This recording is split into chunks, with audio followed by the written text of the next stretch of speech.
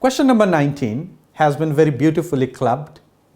Now there is a model of torch battery of length L that's there, and the inner radius is A, outer radius is B, and there is also an electrolyte of resistivity rho which has been filled here in the space between them. And this particular battery is connected to a resistance of value capital R. So how would you understand the torch battery arrangement? You can always think as a cell of EMF and an internal resistance, and that will be connected across this. So this is what a quick schematic representation is going to be. So this will be the EMF E, this is the internal resistance of this arrangement, and this is the load resistance. The question says we need to find the value of capital R so that maximum joule heat will take place. So related to what? Maximum power transfer theorem. That means we need to compute the resistance of this cell, that is the internal resistance, and we will equate capital R to small r. That's the condition. So the whole thought now will be diverted to calculate the resistance of this. Lot many students memorize the expression, and if you haven't, still that's not a problem. Let's see how the resistance calculation can take place. We'll consider a differential hollow cylinder, and let the radius of this hollow cylinder be R, okay, for the green one. So its thickness will be dr. So what will be the small resistance? That's going to be rho dr by 2 pi rl, because we compare it to rho L by A. L is along the current flow, so along the current flow the thickness is dr and the area is there. This is the elementary resistance, and if we integrate it with the suitable limit, we are going to get the total resistance, and the limit of radius will be from A to B. So this is a easy solution, rho by 2 pi L natural log of B by A. That's what you get. And now we can see the value of this resistance, the resistance of the cylinder, right? That has to be equals to the external resistance. So therefore, capital R will be this much. Option number 3 is the correct one. Let's go to question number 20.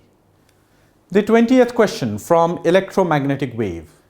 You could see the magnetic field has been given, and we need to comment on the electric field. So there are options given. What we need to say is that if magnetic field is given, how can we talk about the electric field? Let's go step by step. First, let's talk about the amplitude. When it comes to amplitude, the value of E naught will be equals to B naught multiplied by C. So B naught being this much, if you multiply by C, of course, E naught will be equals to 9. That's the amplitude. So immediately option number 3 and 4 will be ruled out, because forget about other thing. The amplitude is not complying. Then let's talk about the direction.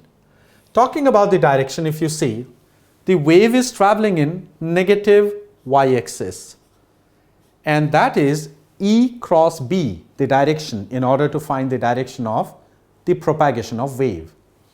And you could see the magnetic field is in x-axis, so that's how the magnetic field is oscillating. So we need to see in which direction the electric field oscillates. I think it's a straightforward one. Something cross of I cap should be minus j cap. So that has to be equals to k cap with a negative sign.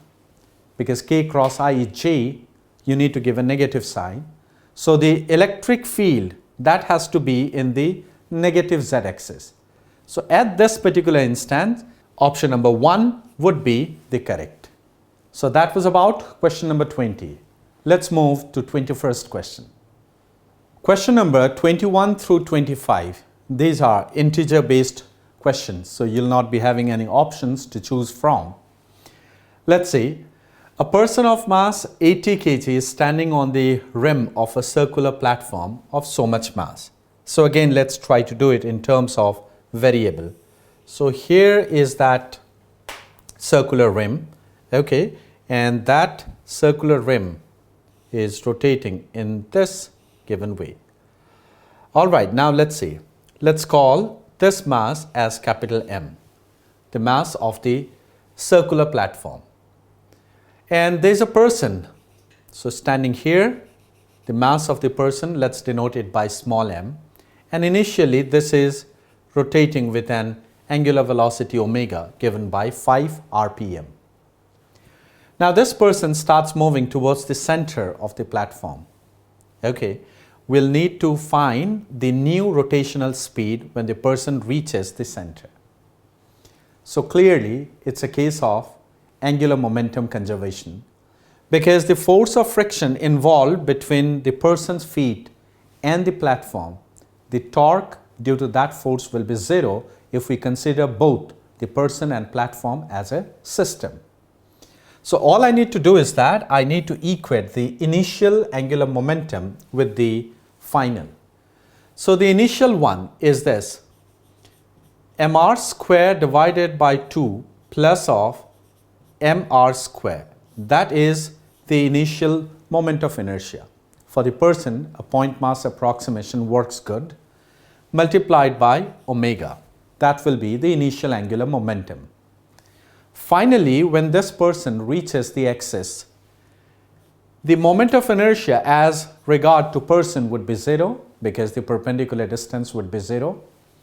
For the platform, that's going to be mr square by 2 into omega dash.